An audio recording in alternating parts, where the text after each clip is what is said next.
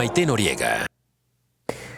¿Cómo está usted? Me da mucho gusto darle la bienvenida hoy a nuestro programa A Fondo. Hoy vamos a hablar de uno de los temas que acapara la atención en estos momentos en nuestro país, un país que ha entrado desde hace algunos años en un torbellino de sorpresas cotidianas. Todos los días nos sorprende algo nuevo y algo que tiene que ver con el ejército, algo que tiene que ver con la legalidad o la ilegalidad, la inseguridad.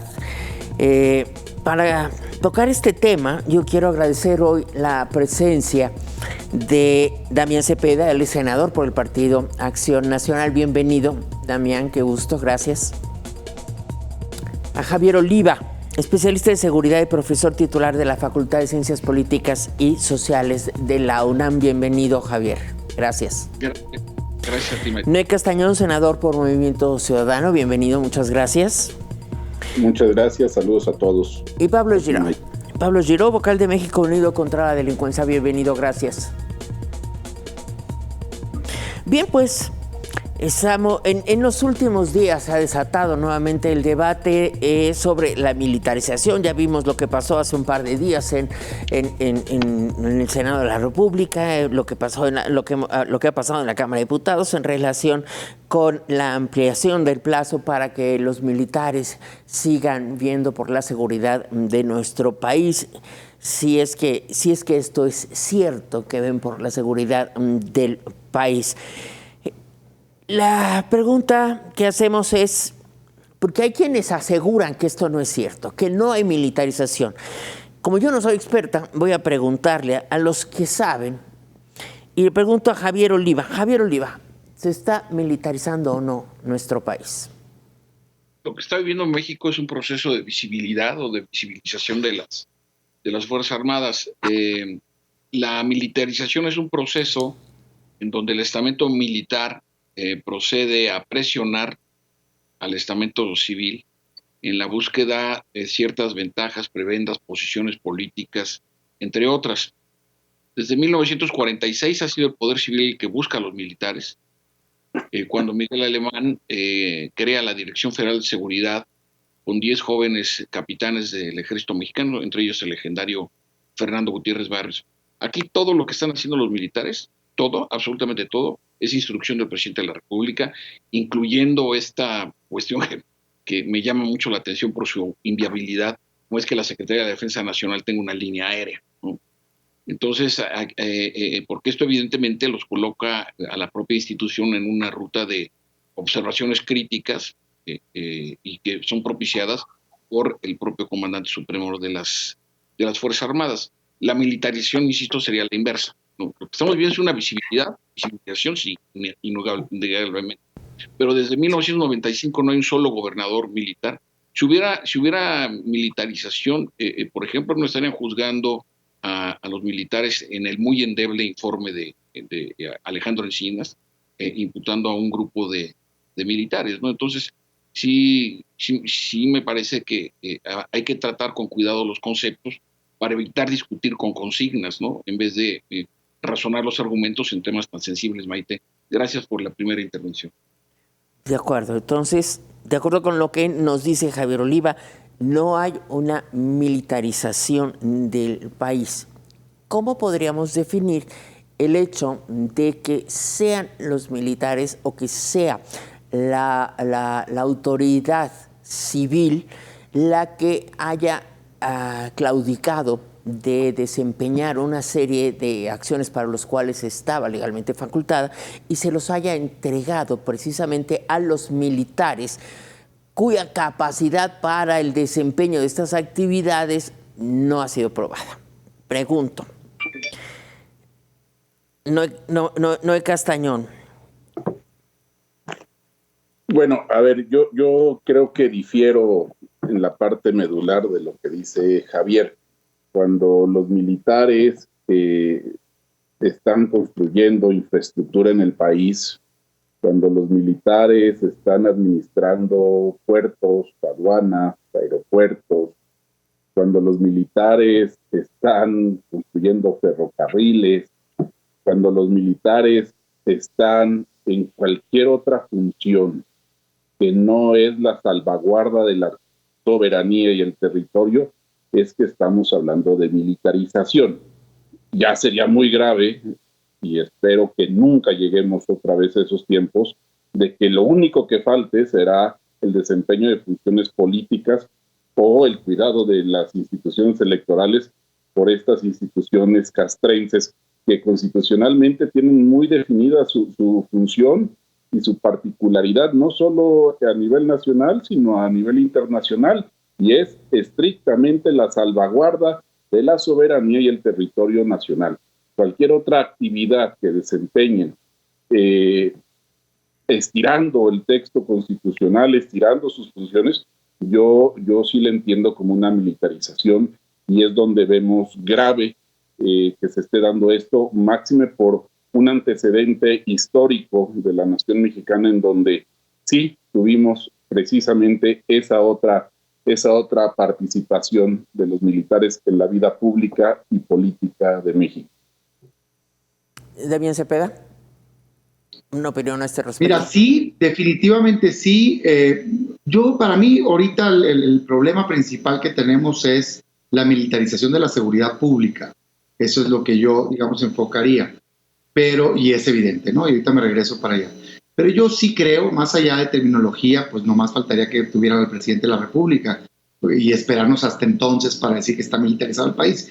No creo que sea así, pues yo coincido con el compañero en decir, definitivamente están usando al ejército, las Fuerzas Armadas para temas que no es su objetivo, y creo que es peligroso, porque como todos seres humanos, las instituciones están formados por ellas y tienen vicios. Dicen, es que tiene mucha popularidad, también la tenían cuando gobernaba Calderón y estaba mal que se encargara de la seguridad pública, también la tenían cuando gobernaba Peña y estaba mal que se encargaran de la seguridad pública, sigue estando mal ahorita. Déjenlos en funciones civiles y les garantizo que van a bajar esos niveles de popularidad. Tienen esa popularidad y ese respaldo de la ciudadanía porque se dedican a cuestiones sanas, positivas, de garantizar la soberanía, de ayudar en desastres naturales. Pero ahorita construyen, están a cargo de aduanas, de puertos, construyen obras de infraestructura, entregan programas sociales. La verdad, las cosas que yo sí creo que es evidente.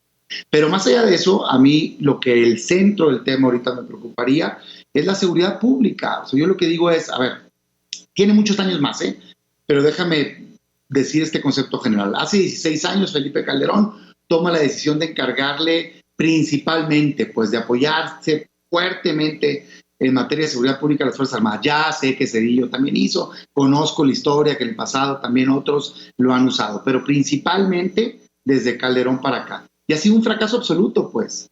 Con Calderón había más o menos 56,000 militares encargados de seguridad pública y es innegable que escaló la violencia. Peña continuó el mismo camino y también fracasó. Lo que me parece increíble es que López Obrador, cuando compitió con la bandera de que aceptaba ese fracaso en la estrategia de seguridad pública que representaba la militarización, no solo haya continuado, sino que se haya ahondado la participación de las Fuerzas Armadas, y si estuviera funcionando yo no diría nada, pero es un fracaso absoluto, porque hoy la Guardia Nacional tiene 113,000 elementos más o menos, y alrededor de 90,000 provienen de algunos de los cuerpos de las Fuerzas Armadas del país, y además hay alrededor de 100,000 elementos de las Fuerzas Armadas ayudando en estas labores, pero resulta ser que tenemos más de 130,000 homicidios dolosos, la mayoría derivado de crimen organizado, que es facultad del gobierno federal combatir, y que entonces está fracasando la estrategia.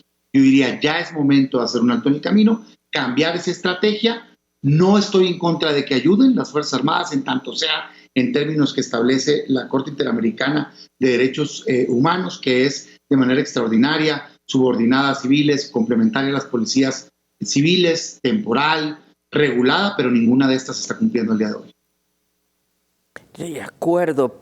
Pablo Giró, tu opinión en este sentido, ¿hay o no militarización en México? No, bueno, para mí es clarísimo que hay militarización. Para mí es clarísimo, no comparto con Javier, para mí es clarísimo que son los militares los que lo están impulsando. Llevan varios sexenios ya ellos queriendo tomar control de la seguridad pública, de la civil, lo intentaron con la Ley de Seguridad Interior. Justo cuando esa ley fue declarada inconstitucional, al día siguiente anunciaron la creación de la Guardia Nacional. Salió de la Cámara de Diputados, como venía escrita desde la Secretaría de la Defensa, militarizada, y fue en el Senado, aquí los senadores nos pueden relatar con mucho mejor claridad, donde se detuvo, y por consenso de 127, si no me equivoco, de los senadores de 128, se firmó y salió una Guardia Nacional civil, que nunca se permitió que fuera civil, siempre fue militar, siempre fue controlada por la Sedena, lleva 3 años siendo controlada por la Sedena. Nunca permitieron que hubiera mando de ningún civil, primero de Durazo y ahora de Rosa Isela, nunca mandaron, siempre mandaron en la Secretaría de la Defensa. Ellos mismos se referían a la Guardia Nacional como un área de la Secretaría de la Defensa desde entonces, no de la Secretaría de Seguridad Ciudadana. Y nosotros en México Unido contra la Delincuencia tenemos ya un estudio que acabamos de sacar hace una semana, en donde detallamos cerca de 240 funciones que cumplen hoy los militares en el gobierno que deberían de ser civiles. Y como bien anotan los senadores, el artículo 129 constitucional dice claramente que los militares no pueden estar más que en sus campos militares haciendo acciones estrictamente militares. Ni el plan DN3 tienen autorizado hacer.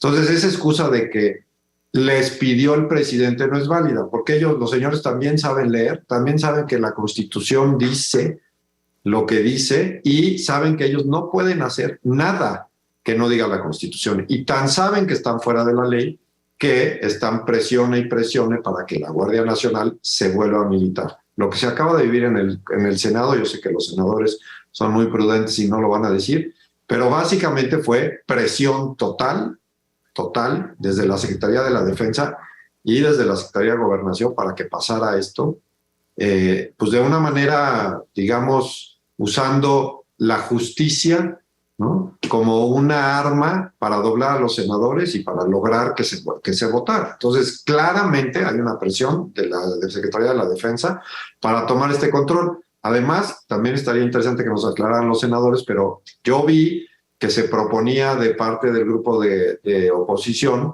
que hubiera controles al tiempo y que estos estuvieran ligados al desarrollo de las policías, ¿no?, al enviarles dinero, que por cierto ya es una obligación que estaba en el artículo 21, en el 7º transitorio, y que no se ha cumplido en estos últimos 3 años, y que se negaron en la Secretaría de la Defensa a que les quedara condicionado a que hubiera dinero para policías, ¿no? Eso quiere decir que básicamente quieren ser el único cuerpo que tiene poder armado en el país, lo cual es grave. A ver, Javier Oliva, en contraste con lo que ha opinado el resto de los panelistas, ¿querrías agregar algo más? Por supuesto, Maite. Desde luego que sí. Sí, lo primero es que el hecho de que no, yo sostenga, documente, o sea, no es un parecer, estoy documentando acontecimientos históricos y públicos. Este concepto de militarización, que se crea, por cierto, que he estado investigando y publicando, históricamente se inventa, lo crean los liberales y socialdemócratas franceses para criticar el gobierno de Luis Napoleón III, porque lo que estaba haciendo era instrumentar medidas de los cuarteles a las prácticas sociales. Ahí es cuando... Y después alcanza una gran difusión en la Europa de la época, sobre todo en Alemania y en el Reino Unido.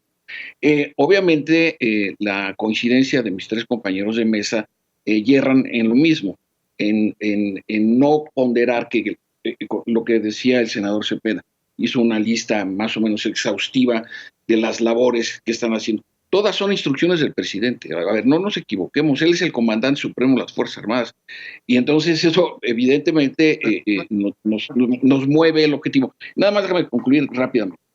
En este sentido, yo les recuerdo que con López Portillo, bueno, no, los senadores están muy jóvenes, a lo mejor Pablo sí se acuerda, con José López Portillo, la policía de la Ciudad de México, sus jerarquías eran militares.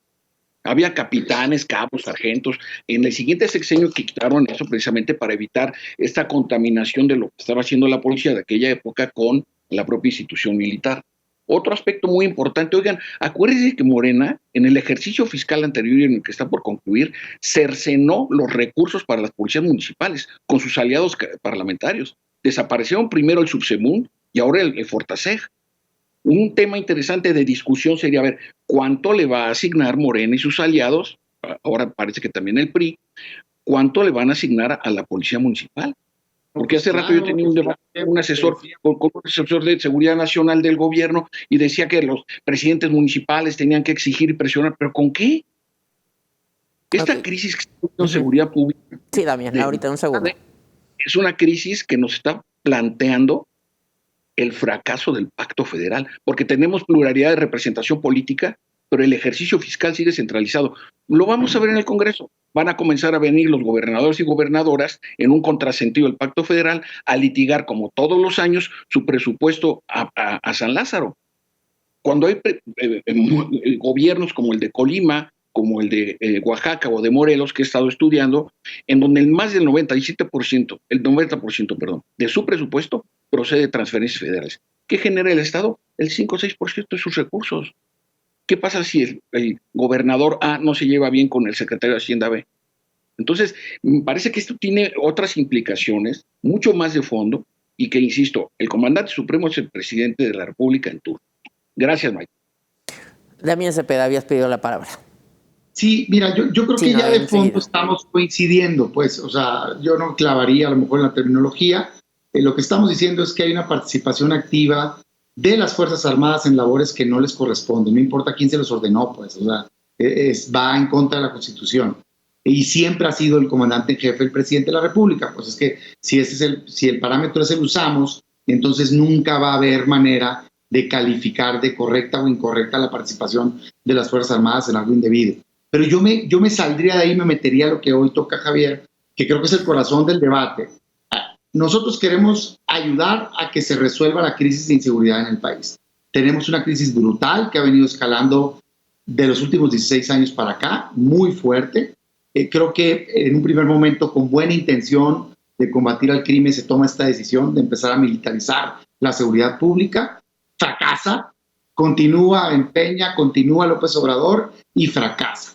Y va a continuar fracasando porque no solo la tienen militarizada, la orden de entrar a seguridad pública, sino que al mismo tiempo le dan la orden de no actuar. O sea, la Guardia Nacional no está haciendo su trabajo, no están combatiendo el crimen. Es responsable solo del 2% de las detenciones en este país, tomando en cuenta todas las detenciones. O sea, 8,000 detenciones. Es ridículo.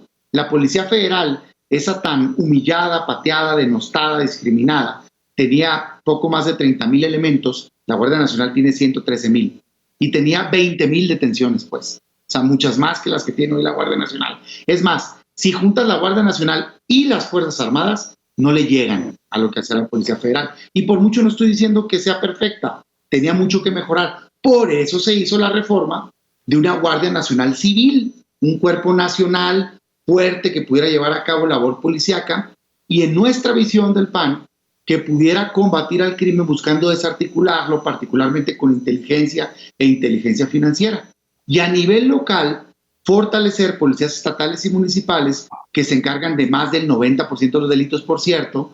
Yo recordar nada más que en México, según el INEGI, hay entre 27 y 30 millones de delitos al año, de los cuales 34,000 son homicidios dolosos. O sea, no lo estoy minimizando esto, que es lo más grave, pero sin duda hay un mundo más, que por supuesto que no lo va a combatir jamás el ejército con armas largas, Homers patrullando colonias. O sea, cuando el INEGI le pregunta a la gente cuál es tu primer contacto con la inseguridad, te contesta: salgo de mi casa al parque y están tomando alcohol o se están drogando y me da miedo. Me asaltan rumbo al transporte público, me roban en mi casa, en el transporte, violencia intrafamiliar. Ni modo que eso lo resuelvan los militares, pues. Necesitas fortalecer policías estatales y municipales.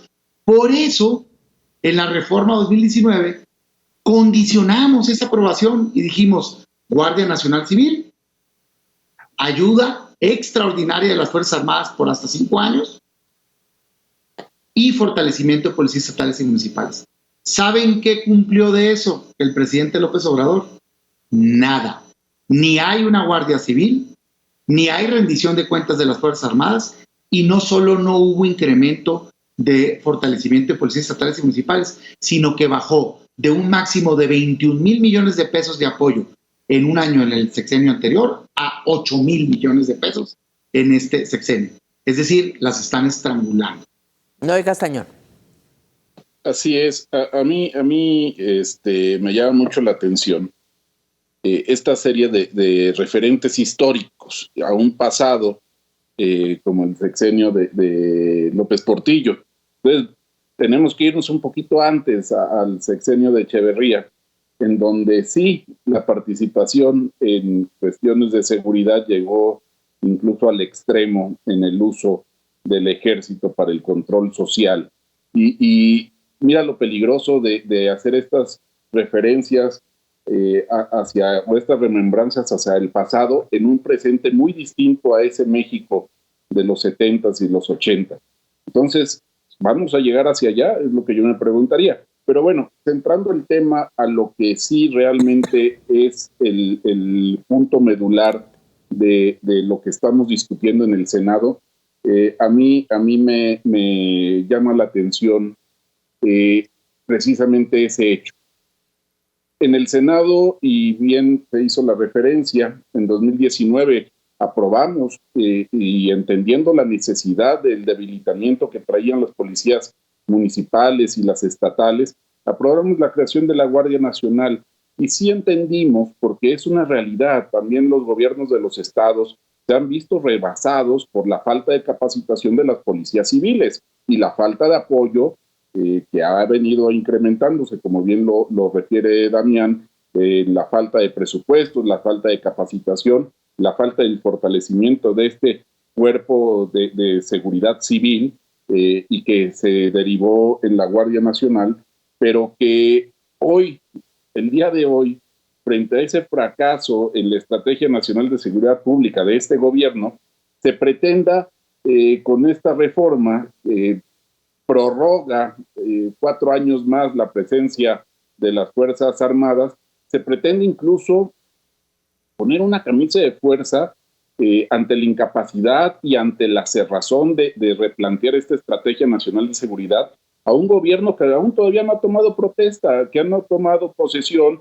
y que podría tener la libertad constitucional de hacer un nuevo planteamiento, ya que ha abandonado el tema y se entrega más al fracaso y a continuar con el mismo, se entrega más a seguir con esa cerrazón de fortalecer, de hacer una calendarización de fortalecimiento a las policías locales, se va más allá. Y incluso algo que me llamó mucho la atención en la discusión que tuvimos esta misma semana, de inicio se planteaba, sí, más presupuesto, pero a partir de 2024. Ahí se logró por lo menos traer a este gobierno todavía en la ejecución, pero vamos, es una simulación para no afrontar el problema. No entiendo por qué.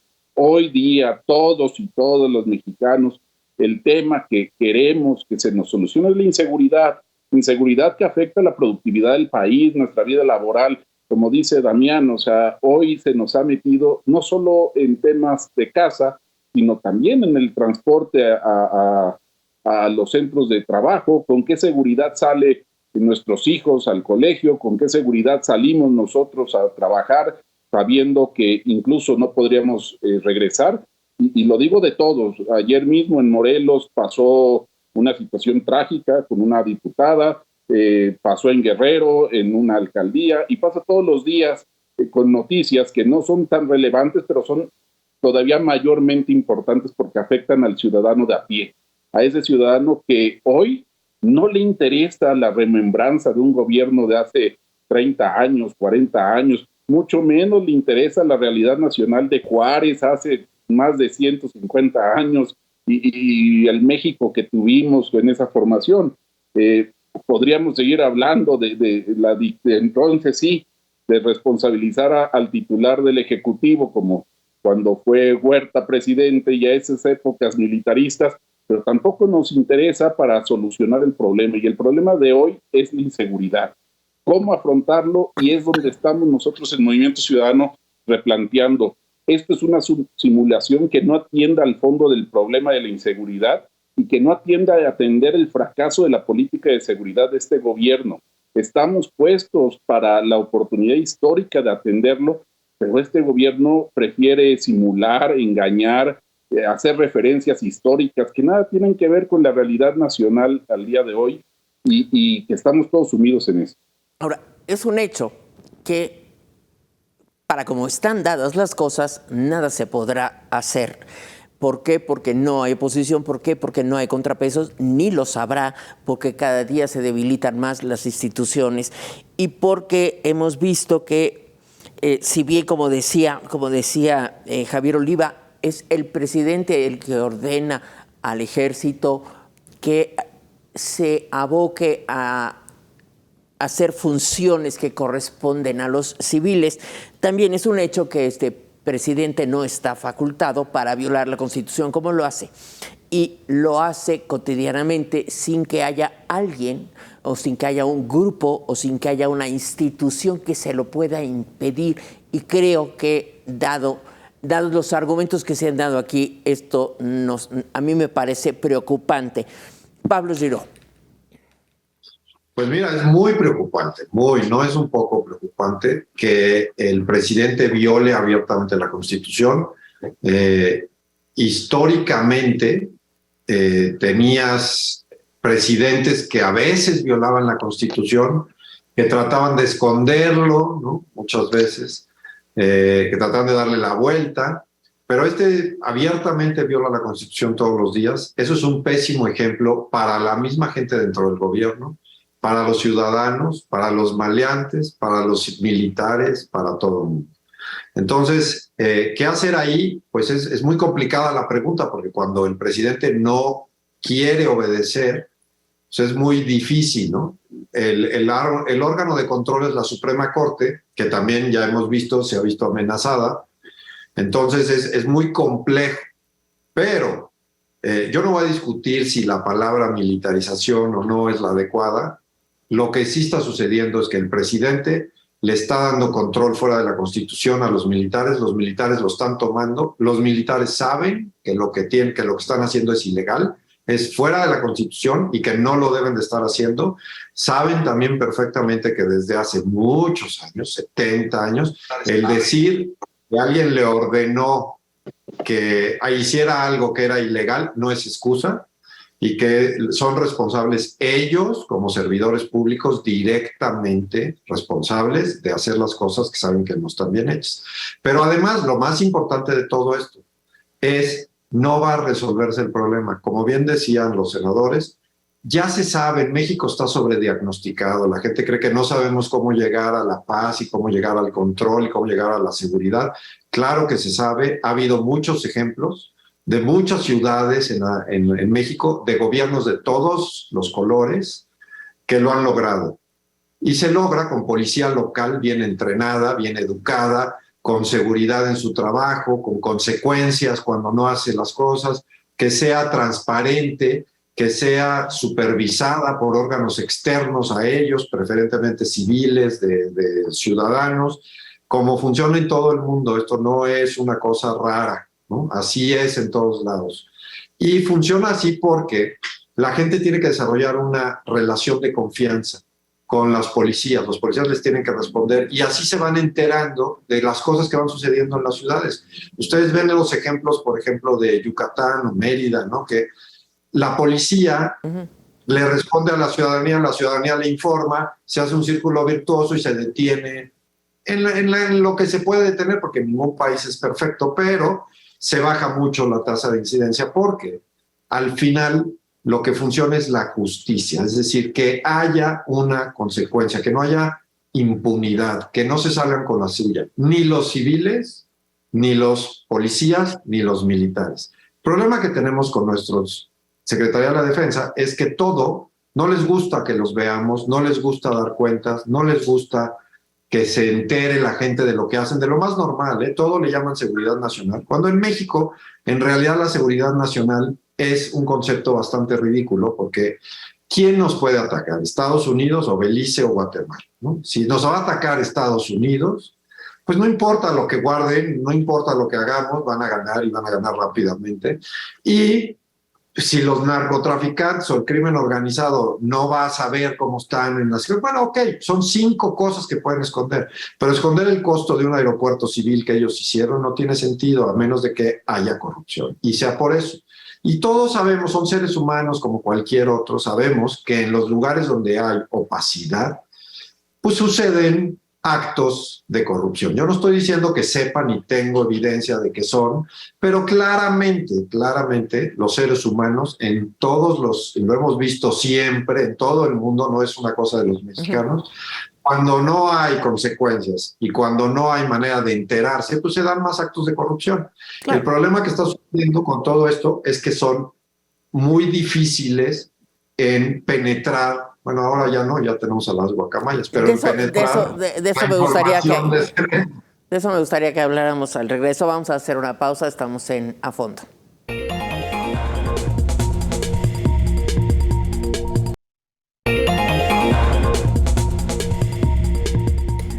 Bueno, continuamos aquí en A Fondo y ya lo habíamos mencionado.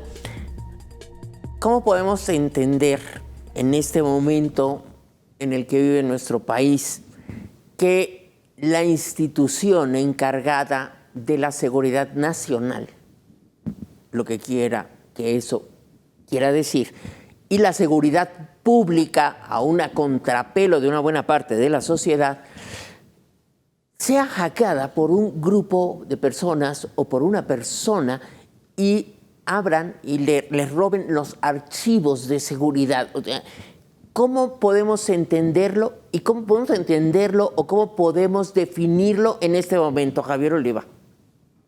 Gracias, Maite. Antes quisiera hacer algunas puntualizaciones de las intervenciones de mis compañeros de mesa.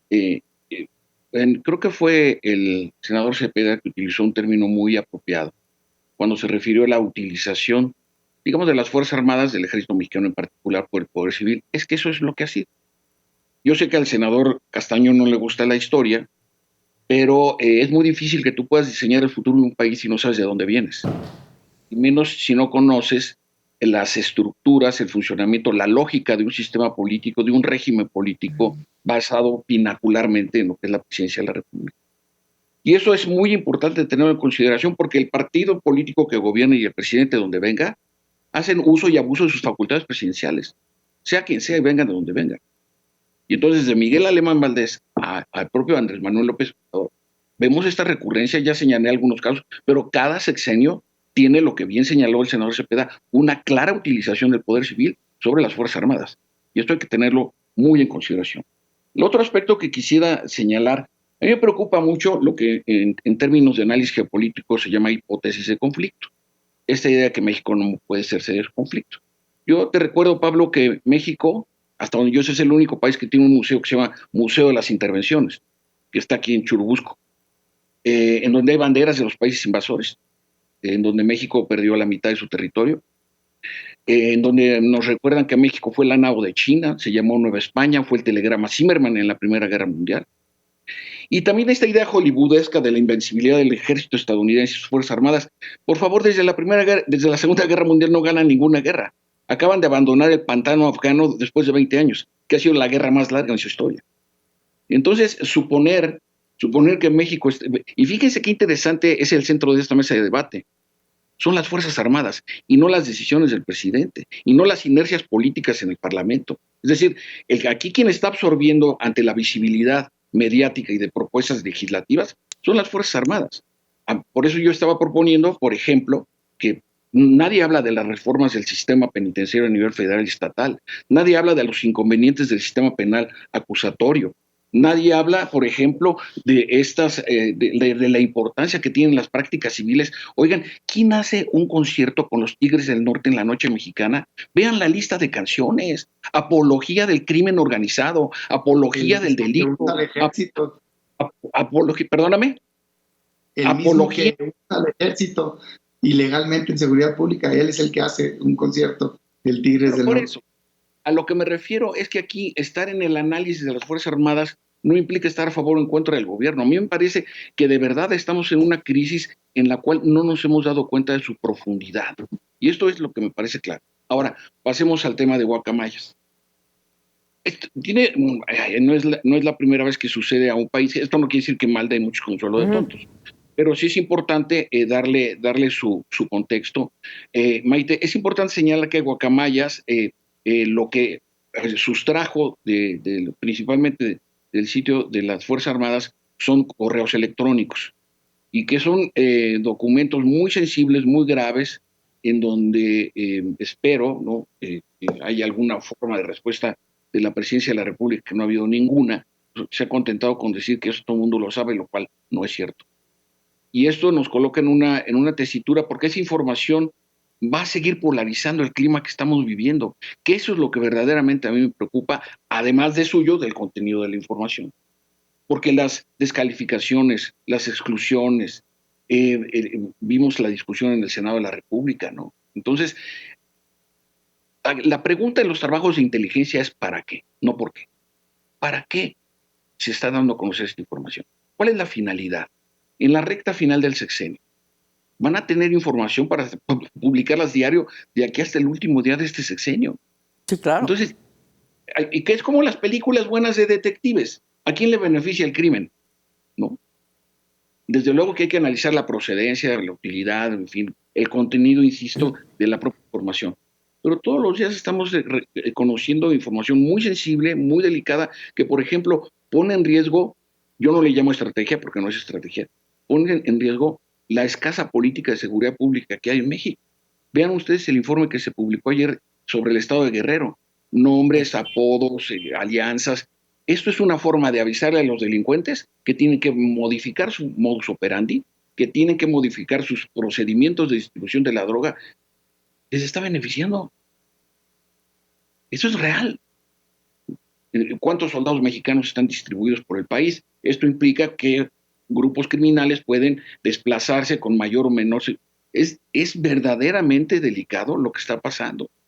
Y no lo podemos tomar desde mi punto de vista, y todavía no escucho a mis compañeros de mesa, pero no lo podemos tomar solamente como un proceso de revelación en donde tomemos argumentos para seguir en el debate, y los simpatizantes, que a mí me parecen algunos radicalizados del gobierno de la República, salgan a defensa a ultranza. Y entonces no hay forma de encontrar convergencia, no hay forma de encontrar puntos que nos hagan ver la perspectiva común, porque al final todos vamos a seguir viviendo en este país, de que las cosas estén mejor. Claro que yo no salgo en la carretera de noche, yo no estoy loco.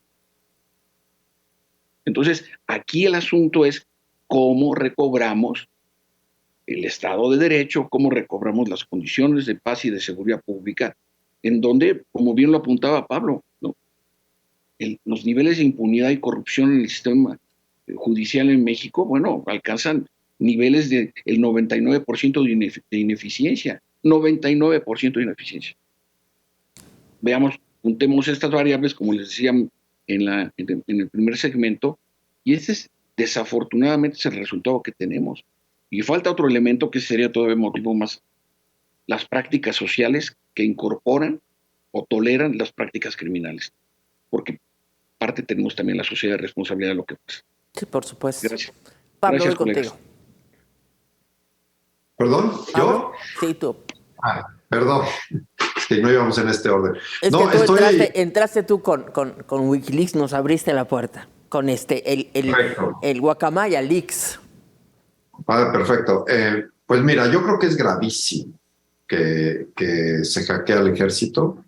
Varias cosas que tenemos que entender ahí, ¿no? Como bien dice Javier, sí hay mucha información, digamos, que no es estrictamente seguridad nacional, pero sí es información de seguridad que no debería estar en manos de nadie más que de las agencias de inteligencia y las agencias de investigación federal.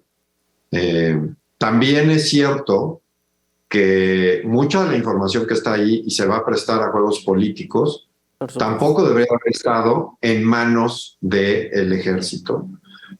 También es cierto que mucho de lo que se investigó fuera de la ley, a sabiendas perfectas de lo que estaban haciendo fuera de la ley, porque hay a maneras legítimas de investigarlo, ¿no? Es decir, si necesitaran saber de la composición del crimen organizado y de las finanzas y de quién los ayuda, hay una manera de que los dejen intervenir todo y poder enterarse de todo, pero no de periodistas y no de defensores de derechos humanos y no de las personas de la sociedad civil. Eso es completamente ilegal y eso es político, eso no tiene que ver con seguridad nacional, no tiene por qué estar en manos del ejército.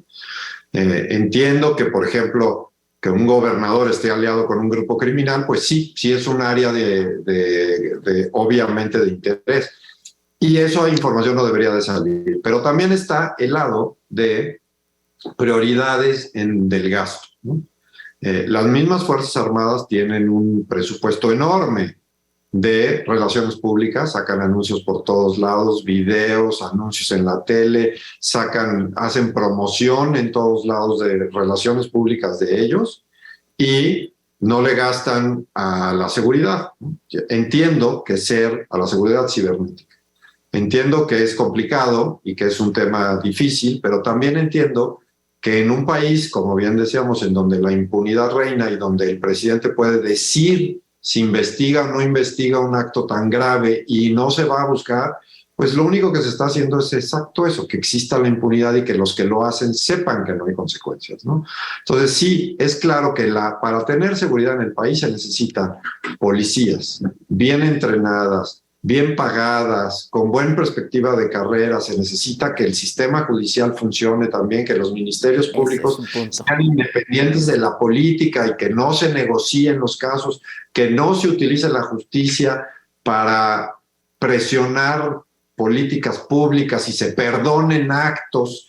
Pues yo siempre he dicho que si tiene cola que le pisen, que lo agarren y que lo metan a la cárcel, al que sea, pero no que negocies con él, porque entonces lo que estás tú diciendo, estás pasando una ilegalidad por otra. Y ese es el problema del país, ¿no? Al final es muy grave que se haya hecho, pero a mí me parece muy grave porque también nos enseña que pues este ejército que dice que es muy patriota y que obedece la Constitución, pues no la está obedeciendo, ¿no?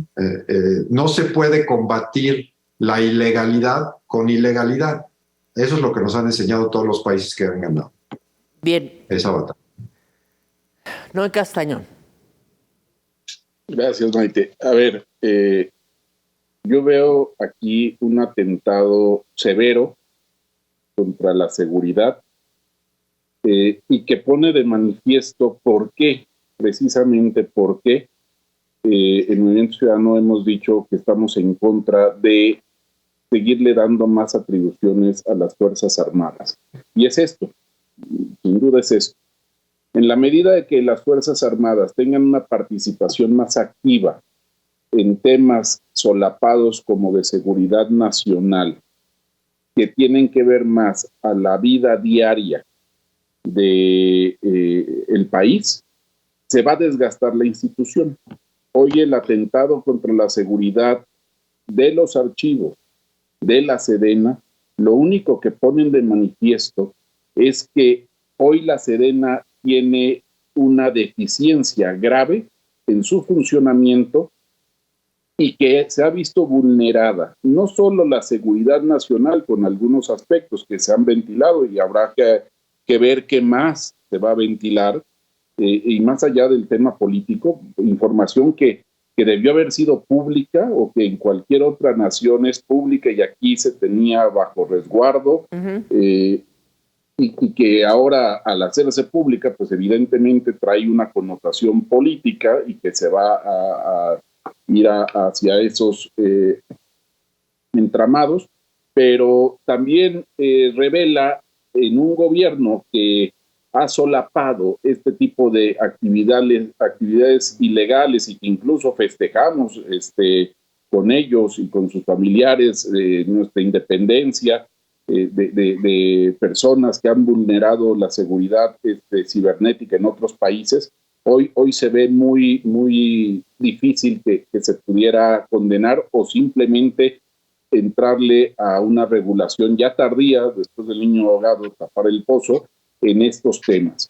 Y a mí me preocupa que no estemos hablando más del tema, porque la vulneración a la seguridad de Sedena no es algo menor. No, es gravísimo. Me preocupa más incluso, exactamente, y me preocupa más que los afectados no hayan tocado el tema, porque yo no he visto ninguna declaración directamente de las Fuerzas Armadas frente a esta vulneración. No hay posicionamiento oficial de ellos. Nada, y la explicación simplona de que esto se dio en el margen de un cambio de sistema, Dios santo, no tiene ninguna lógica.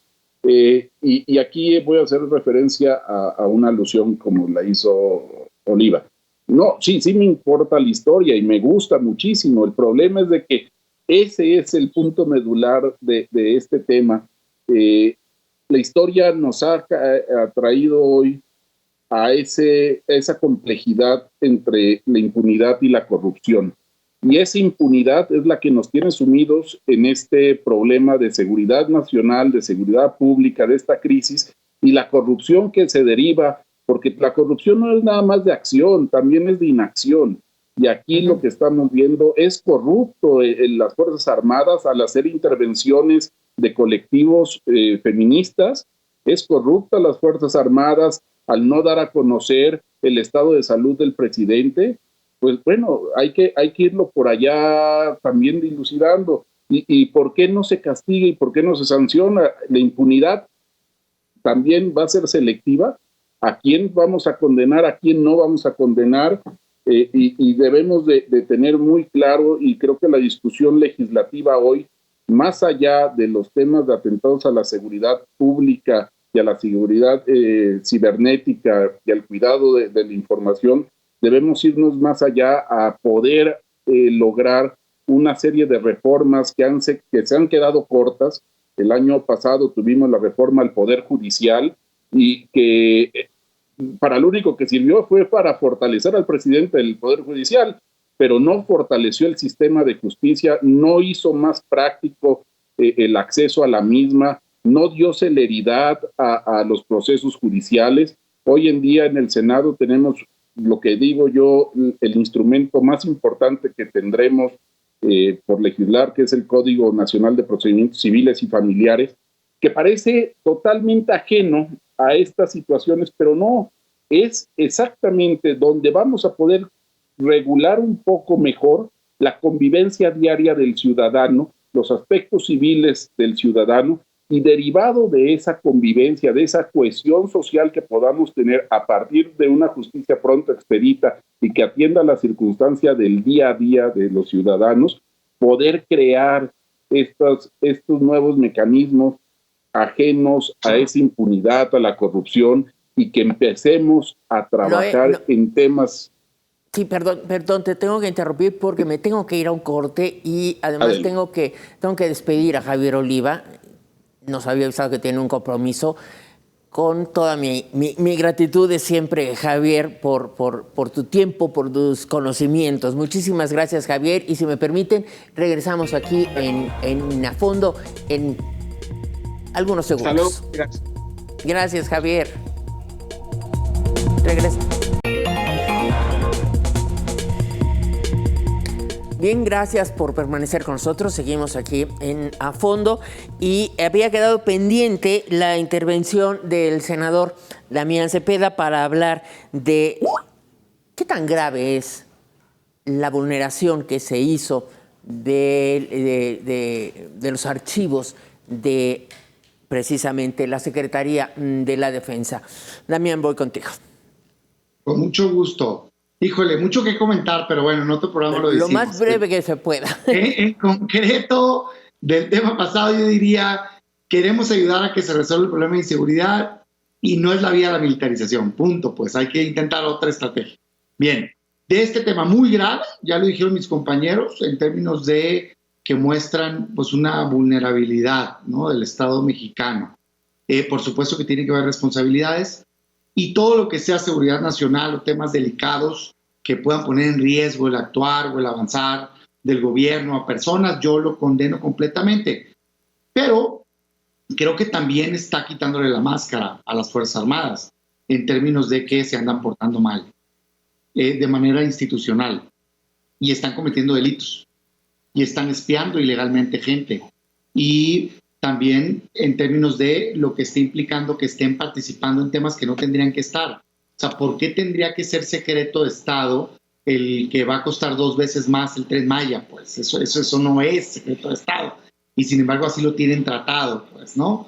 O estas partes de estar hostigando a periodistas o interviniendo sus teléfonos y demás.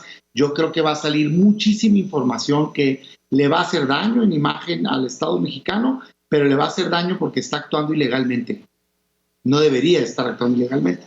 Y creo que al final va a quedar un saldo positivo en ese pedazo, en términos, espero, de mayores controles y transparencias para que no se pueda actuar de esa manera, ¿no? Y un saldo muy negativo en términos de los riesgos de seguridad nacional que esto implica. Bien, para cerrar nuestro programa, les quiero pedir un comentario final máximo de un minuto a nuestros panelistas. Empiezo, Pablo, contigo. Pues rápido, yo nada más para decirles que hay soluciones en México de la inseguridad, se saben, las podemos implementar. La vía militar no lo es, los militares están entrenados para la guerra y no para lo demás. Si se fijan en estas cosas de los Guacamaya Leaks, salió una lista, bueno, tienen en los correos se ve el grado de peligrosidad, el nivel de amenaza, le llaman ellos, que ponen a las gentes. Y tienen, por ejemplo, a Hezbollah, al Frente Popular para la Liberación Palestina, ¿no? A los carteles de la droga, y tienen ahí metidos a los colectivos feministas con la misma peligrosidad, la misma que Hezbollah, y más peligroso lo ven que los caballeros templarios, los guerreros unidos, los Beltrán Leiva. Es esa mentalidad la que no se puede llevar a la seguridad ciudadana. No se puede tener una mentalidad de guerra, no se puede tener una mentalidad de obediencia total. Se tiene que pasar por un proceso que es el proceso judicial. El policía está para resolver conflictos y llevarlo frente a los jueces. La vía militar no es el camino. Gracias. Noé Castañón, comentario final. Muy rápido y concluyo todo esto, porque desde el ámbito legislativo mucho se nos dice que actuamos como consecuencia de actos. Sin duda, así es el quehacer de los legisladores, actuar en consecuencia y prever a futuro. Así lo estamos planteando. Tenemos que incrementar las normas en temas de seguridad digital, pero también, y por eso hacía esta analogía del trabajo legislativo, también cuando estamos haciendo trabajo a la par que atiende otras situaciones de origen de la propia inseguridad, muchas veces no es visualizada o es pormenorizada al debate público, y creo que ahí está la incidencia de poder comunicar todas las acciones que estamos haciendo en consecuencia y que van derivadas a atender el problema de raíz, que es solucionar un problema hoy, que es la inseguridad. ¿Cómo? Con políticas públicas que atiendan a esta misma. Muchas gracias, Maite, por la oportunidad. Gracias, Noé. Estaremos al tanto de eso para dar a conocer esta iniciativa. Y voy ahora con Yoli Ramírez, que nos da un adelanto de lo que tendremos aquí en Mega Noticias al terminar a fondo. Joely. Hola Maite, es un gusto saludarte a ti y al auditorio. En minutos vamos a tener cuál es la expectativa del sector empresarial México-Estados Unidos frente a la nueva o el nuevo titular en la Secretaría de Economía tras la renuncia de Tatiana Cloutier. Gracias. Bien, pues ya sabe, se pone interesante esto y hay que mantenernos informados, sobre todo en momentos de incertidumbre como lo que estamos viviendo. Agradezco a Damián Cepeda, Noé Castañón, Pablo Giró y Javier Oliva de haber estado con nosotros hoy en A Fondo, y les sugiero que se quede en la señal de Mega Noticias. Nosotros nos vemos en la próxima emisión.